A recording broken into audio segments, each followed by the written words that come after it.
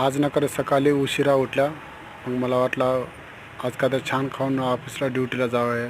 मग त्याच्यासाठी हिला म्हटलं मग मला चहा भात मला तर जास्त आवडते. जे नॉनव्हेजपेक्षा तर मला जास्त आवडणारं फूड मला तर चहा भात हे. मग मी हिला म्हणलो चहा भात कर ना, मी खातो म्हटलं. मग हिनं पण म्हटली बरं ठीक आहे म्हणली. मी त्याच्यासाठी तांदूळ दूध वगैरे चहा बी समजा केली व्यवस्थितमध्ये. समजा गॅस बीस पेटून समजा व्यवस्थित चालला होता.